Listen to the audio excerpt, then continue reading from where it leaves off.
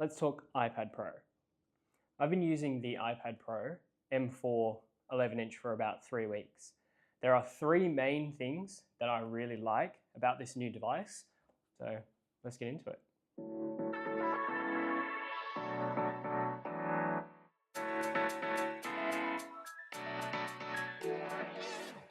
The new display on the iPad Pros are OLED, and the good thing about OLED is that the pixels themselves can turn on and off. And so why is that a good thing? It just means that when you have black scenes, the image can actually get deep black. So because the pixel themselves can turn off. So there's no residual light that's coming from a backlit panel. The other positive about the OLED screen is that when you have a black background, the light on top of a dark background doesn't have a blooming effect. So it doesn't bleed light into parts of the scene that shouldn't have light.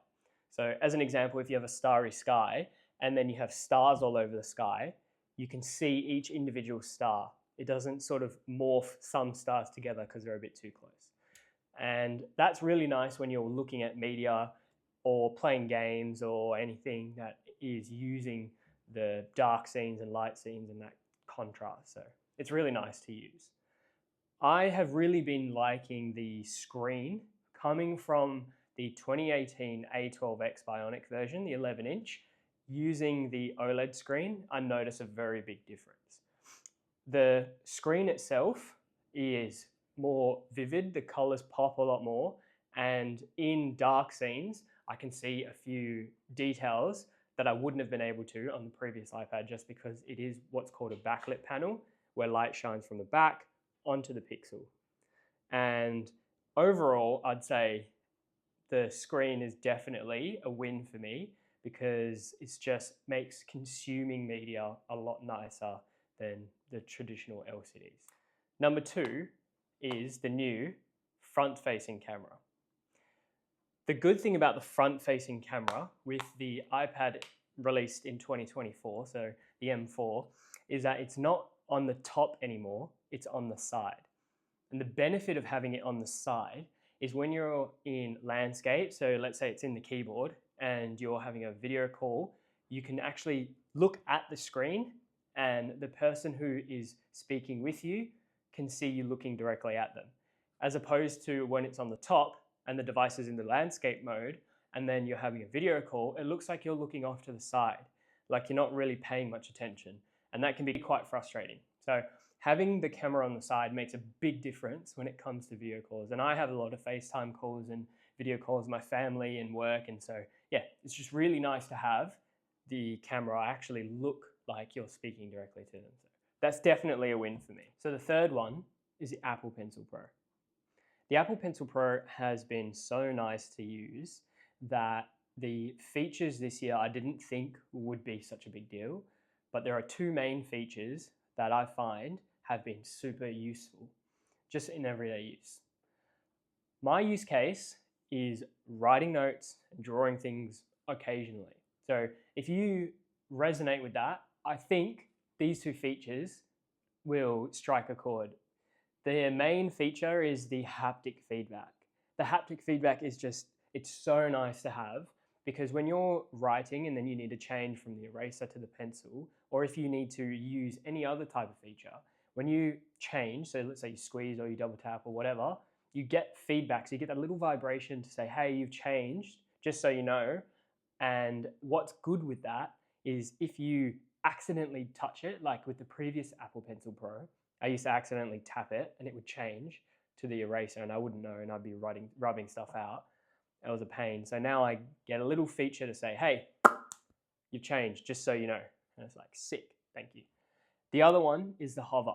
So when you hover over things, it will kind of emphasize where the tip of the pencil is. So you can see that you're either about to click something or you can see where the tip of the pencil is on the actual paper that you're writing on, surface, I should say. So yeah, it's really nice to have. Those 2 features, I think, stand out to me more than the rest. The other features are like the barrel roll. The barrel roll for artists, I think, would be really nice and people who just like drawing every now and then.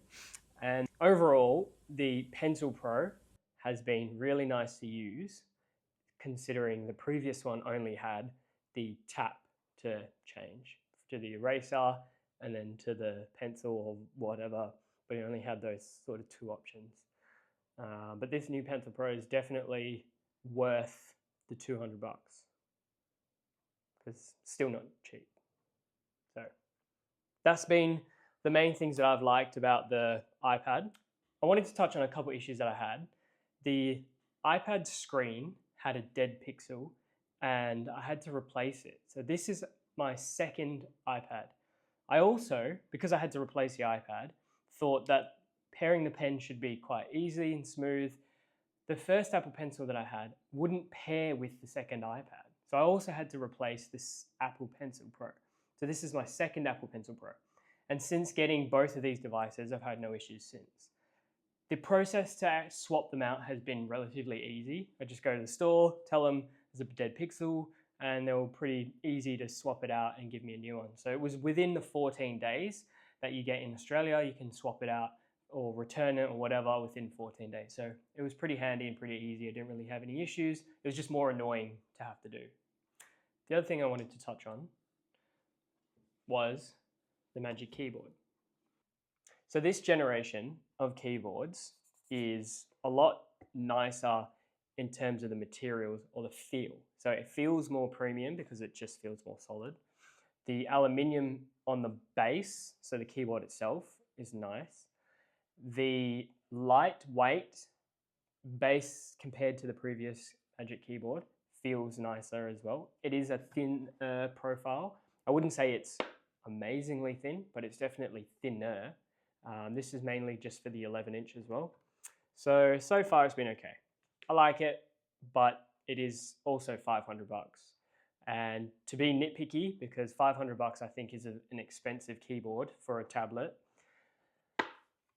The hinge here is, it looks nice and it does let the profile be a bit thinner, but I wear a lot of rings and every time I'm picking up the keyboard itself, it scratches the side here, the hinge. So it would have been nice to have maybe a coating over the top that isn't just leaving it, the aluminium exposed. But that's just, I guess, being a bit nitpicky. It is a bit annoying though. So if you do wear a lot of jewelry and you are intending to buy the Magic Keyboard, it's just something to be aware of when you are carrying it. You can hear it, even if it might not be scratching it per se, it does feel and sound just, ugh. It's like nails on a chalkboard, you know, it's just not a nice interaction. Okay, so you spoke about all the nice things that you like, a couple issues, but I haven't heard you say anything about the M4. Well, the reason that is because the M4 processor that's inside of this iPad is powerful. It's the most powerful chipset that they've put inside any iPad so far. If you've been using your iPad and you don't find that you're pushing the processing power of it, like everything you can do, it's just working fine. You consume media, you write some notes here and there, you draw a little bit, or you are using it for games, and it works just fine, you will not have any issues with this new one. So my use case is just that. I'm not pushing even the A12X Bionic chip. I do notice an improvement in terms of speed. So since moving to the M4, definitely an improvement, definitely worth it. But if you're coming from any of the M series and you're not pushing it so far, the main points that I talked about earlier is the ones I think would be worth considering. It's just the screen, the camera, and how much you're using the Apple Pencil Pro. So if that justifies it for you, then go for it. But in terms of cost, they are quite expensive because this year you'll have to purchase the whole package again, all the keyboard, the Magic Keyboard Pro, the Pencil Pro, and the iPad itself. So that's something to consider. The iPad costs $16.99. The pencil is 200 bucks, and the Magic Keyboard is $500. So altogether, you're looking at about one kidney. And if you upgrade from there, it's only going to cost more. So it depends on what you're looking for. For me, coming from the iPad that was released almost 6 years ago, definitely worth it, especially if I hold this for another 6 years. So I'll leave you with that thought, and hopefully whatever device you decide to choose, if you keep the same one you've got, or if you move to the new one, that you'll enjoy it no matter what. And I'm guaranteed no matter which one you choose, that your life is not going to be extremely enhanced. So make a wise choice. Anyway, I'll leave you with that, and I'll catch you in the next one.